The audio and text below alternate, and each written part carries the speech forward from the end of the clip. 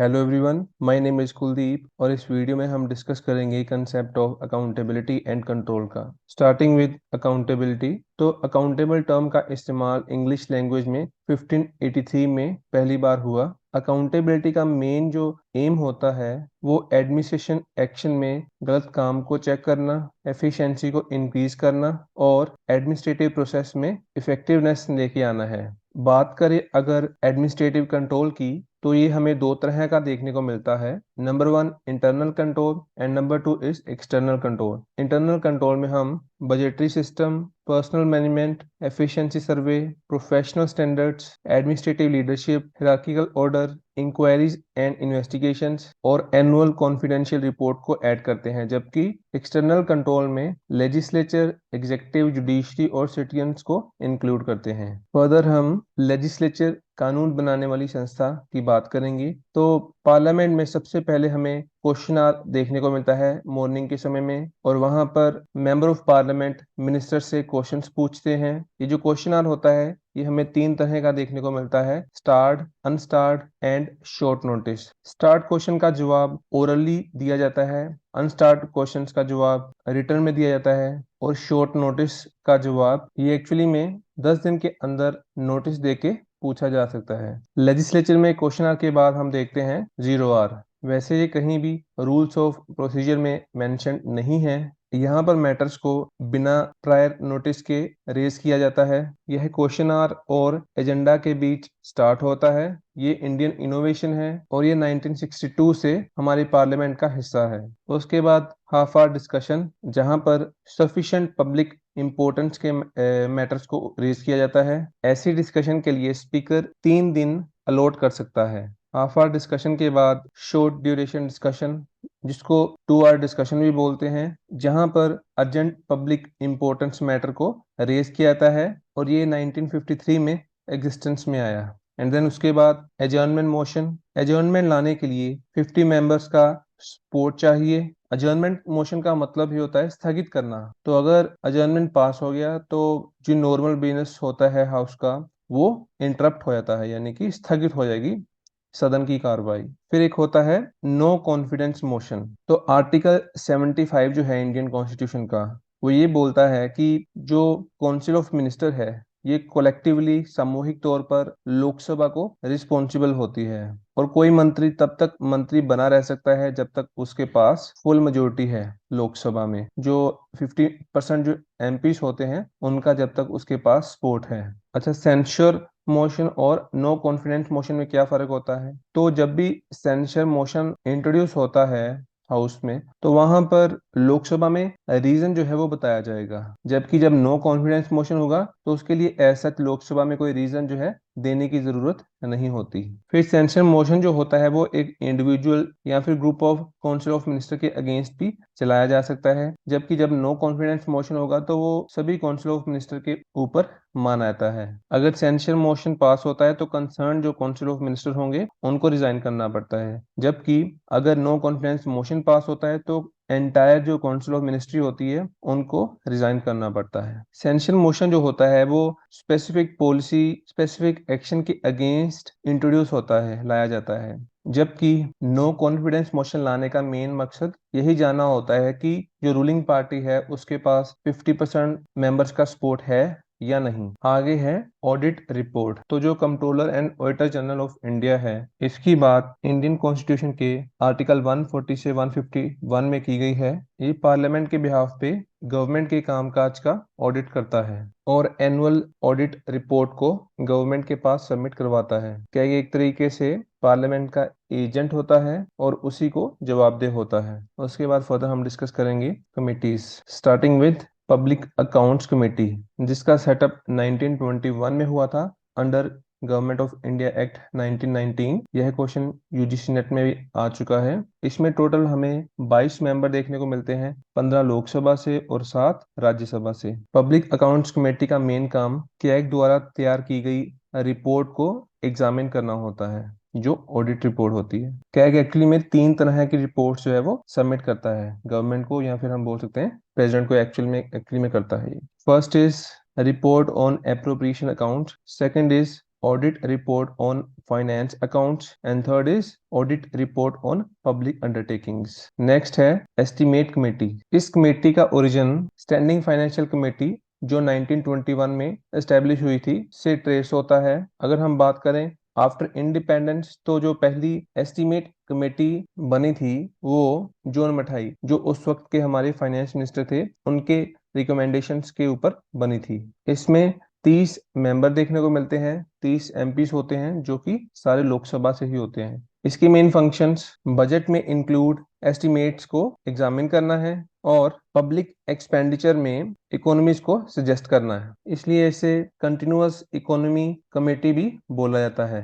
Next committee है committee on public undertaking. तो Krishna Menon committee की रिकमेंडेशंस के ऊपर यह कमेटी 1964 में हमें देखने को मिलती है। इसमें टोटल 22 सदस्य होते हैं, 15 लोकसभा से और 7 राज्यसभा से। चेयरमैन की नियुक्ति मेंबर्स के बीच में से ही स्पीकर करते हैं और इस कमेटी का काम पब्लिक अंडरटेकिंग्स के रिपोर्ट्स और अकाउंट्स को एग्जामिन करना है। नेक्स्ट है कमेटी ऑन सुबॉर्डिनेट लेजिस्लेशन। ये 1953 में एग्जिस्टेंस में आई। इसके 15 मेंबर होते हैं और इसके मेन फंक्शन लोकसभा को एग्जामिन करना और साथ ही रिपोर्ट करना है कि क्या उनके पास पर्टिकुलर रेगुलेशन, रूल्स, सब रूल्स, बाय लॉज बनाने की पावर कॉन्स्टिट्यूशन ने या पार्लियामेंट ने उसको दी है या नहीं। उसके बाद है कमेटी ऑन गवर्नमेंट अश्योरेंसेस। ये 1953 में फॉर्म में आई थी। इसके 15 मेंबर देखने को मिलते हैं और इसका मेन फंक्शन जो भी लोकसभा में मिनिस्टर्स के द्वारा लोकसभा में अश्योरेंस दी जाती है या फिर प्रोमिस किए जाते हैं उनको एग्जामिन करना। देन उसके बाद है डिपार्टमेंटल स्टैंडिंग कमेटीज। तो ये 1993 से एग्जिस्टेंस में है। इसका प्रेजेंट जो नंबर है वो 24 है। इनका मेन काम एग्जेक्टिव के ऊपर कंट्रोल करना और पर्टिकुलरली अगर बात करें तो फाइनेंशियल कंट्रोल इनके द्वारा की। और हर एक कमेटी के हमें 31 मेंबर देखने को मिलते हैं, 21 लोकसभा से और 10 राज्यसभा से होते हैं। और इन सभी की नियुक्ति अगर लोकसभा है तो स्पीकर के द्वारा, अगर राज्यसभा है तो चेयरमैन के द्वारा होती है। इन सभी कमेटीज के अंदर जनरली हमें ये जो मेंबर देखने को मिलते हैं इनमें मिनिस्टर जो है वो इसके मेंबर नहीं बन पाते ये अदर कमेटीज के। और इन सभी कमेटीज का जो टेन्योर होता है वो 1 साल होता है। उसके बाद है जुडिशियल कंट्रोल। तो एडमिनिस्ट्रेशन के ऊपर जुडिशरी अलग अलग तरीके से जो है अपना कंट्रोल करती है, जैसे कि जुडिशियल रिव्यू। तो हम बोल सकते हैं कि power of the judiciary to review the decisions of central and state government. तो जो भी फैसले लिए जाते हैं गवर्नमेंट्स के द्वारा तो उनकी लीगैलिटी को चेक किया जाता है, उनकी कॉन्स्टिट्यूशनैलिटी को चेक किया जुडिशरी के द्वारा कि वहां पर प्रॉपर एडमिनिस्ट्रेटिव एक्ट्स को फॉलो किया गया है या नहीं। देन उसके बाद है स्टैट्यूटरी अपील। तो बहुत सारे एडमिनिस्ट्रेटिव एक्ट्स में हमें देखने को मिलता है कि जो सिटीजन्स होते हैं अपनी कंप्लेंट की अपील कोर्ट कर सकते हैं। ऐसे सर्कमस्टांसेस में स्टैट्यूटरी अपील भी पॉसिबल होती है। देन उसके बाद सूट्स अगेंस्ट पब्लिक ऑफिशियल्स, यानी कि हम बोल सकते हैं कि केस चलाना किसी के खिलाफ। तो देश के प्रेसिडेंट और अलग अलग स्टेट्स के जो गवर्नर होते हैं वो पर्सनल इम्यूनिटी इंजॉय करते हैं, यानी कि जो भी उन्होंने ऑफिशियल एक्ट्स किए हैं उनको लेके उनके ऊपर कोई केस जो है वो नहीं चल सकता, मगर 2 मंथ का नोटिस देके उनके ऊपर सिविल प्रोसीडिंग जो है वो चल सकती है in respect of their personal acts. तो यहाँ पर पर्सनल एक्ट्स की ही सिर्फ बात की है। बात करें अगर जुडिशियल ऑफिसर्स की तो वो भी हमें इम्यून देखने को मिलते हैं, एक तरीके से इंडिपेंडेंट होते हैं। जो भी उनकी तरफ से जुडिशियल एक्टिविटी की जाती है उसको बेस बना के इनको स्यू जो है वो नहीं किया जा सकता, यानी कि इनके ऊपर केस जो है वो नहीं हो सकता। देन बात करें अगर रिट्स की तो 6 तरह की writs habeas corpus, mandamus, prohibition, certiorari, quo warranto और इंजंक्शन हमें देखने को मिलती है। हमारे कॉन्स्टिट्यूशन में पहली 5 ही रिट्स आपको देखने को मिलेंगी। इन रिट्स का सहारा लेके हम डायरेक्टली कोर्ट, हाई कोर्ट या फिर सुप्रीम कोर्ट भी जा सकते हैं अगर हमारे फंडामेंटल राइट्स का वोलेशन हुआ है। तो आर्टिकल 226 में हाई कोर्ट की बात की गई है और आर्टिकल 32 में सुप्रीम कोर्ट की बात की गई है रिट्स को इस्तेमाल करने की। तो लोगों की समस्याओं के निपटारों के लिए अलग अलग तरह के सिस्टम जो है वो इस्टेब्लिश हो चुके हैं, जैसे कि ombudsman system, administrative court system और प्रोक्यूरेटर सिस्टम। तो अगर हम बात करें ओम्बड्समैन की तो ये सबसे पहले स्वीडन में 1809 में स्टैब्लिश हुआ था। ओम्बर्ड एक स्वीडिश टर्म है जिसका मतलब होता है किसी दूसरे पर्सन का स्पोक्स पर्सन, किसी दूसरे पर्सन के लिए बात करना या उसकी आवाज को उठाना। स्वीडन के बाद फिनलैंड में 1919 में ओम्बड्समैन क्रिएट हुआ, देन डेनमार्क में 1955 में, नॉर्वे में 1962 में, और न्यूजीलैंड पहला ऐसा देश था, एक कॉमनवेल्थ पहली ऐसी कंट्री थी जहां पर ओम्बड्समैन स्टेब्लिश हुआ, और यूके में 1967 में। तो फर्दर है crime branch of India, CBI. इसका सेटअप 1963 में हुआ था। संथनम कमेटी रिपोर्ट 1962 के बाद सीबीआई का मेन पर्पस करप्शन को रोकना है। जब इसका सेटअप किया गया था तो संथनम कमेटी के संथनम को चेयरमैन बनाया गया था, और 4 इसमें एमपीज थे और 2 सीनियर ऑफिसर्स को शामिल किया गया था। कमेटी ने अपनी रिपोर्ट 1964 में सबमिट की थी, और इस कमेटी की आउट ऑफ 137 रिकमेंडेशन में से 106 को सरकार की तरफ से मान लिया गया था। उसके बाद है सेंट्रल विजिलेंस कमीशन। इसका सेटअप 1964 में हुआ था, जिसका main purpose central government level पर जो करप्शन है उसको रोकना। सीवीसी की एस्टेब्लिशमेंट की रिकमेंडेशंस संथनम कमेटी ने दी थी। यह एक स्टैट्यूटरी बॉडी है। इसमें हमें एक सेंट्रल विजिलेंस कमिश्नर और 2 विजिलेंस कमिश्नर देखने को मिलते हैं। इन मेंबर्स की अपॉइंटमेंट राष्ट्रपति के द्वारा होती है, और राष्ट्रपति को 3 मेंबर कमेटी जो है वो नाम रिकमेंड करती है, जिसमें prime minister of India, home minister और ओपोजिशन लीडर ऑफ लोकसभा शामिल होते हैं। सीवीसी का टेन्यूर 4 साल या फिर 65 ईयर, जो भी पहले आए होता है, और न्यू दिल्ली में इनका हेडक्वार्टर होता है। देन उसके बाद है लोकपाल। तो एडमिनिस्ट्रेटिव रिफॉर्म्स कमीशन की एस्टेब्लिशमेंट 1966 में सेंट्रल गवर्नमेंट के द्वारा की गई थी, और इसके चेयरमैन मोरारजी देसाई को बनाया गया था। इस कमीशन ने एक रिपोर्ट जो है वो सबमिट की थी, और वहां पर इन्होंने लोकपाल और लोकायुक्त का जिक्र किया था। तो इनके अनुसार जो लोकपाल है वो सेंटर और स्टेट लेवल पर जो मिनिस्टर्स होते हैं और सेक्रेटरीज जो हैं उनकी कंप्लेंट्स को डील करेगा, और जो लोकायुक्त है बाकी जो स्पेसिफाइड हायर ऑफिशियल्स हैं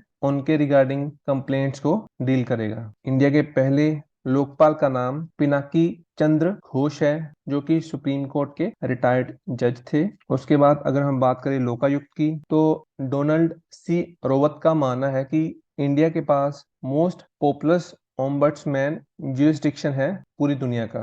तो सबसे पहले लोकायुक्त एक्ट जो है इंडिया में उड़ीसा में लाया गया 1970 में, देन 71 में महाराष्ट्र के द्वारा, 73 में राजस्थान के द्वारा, बिहार में 74 में, और पंजाब में 95 में। हालांकि इम्प्लीमेंट सबसे पहले महाराष्ट्र ने 1971 में ही किया था।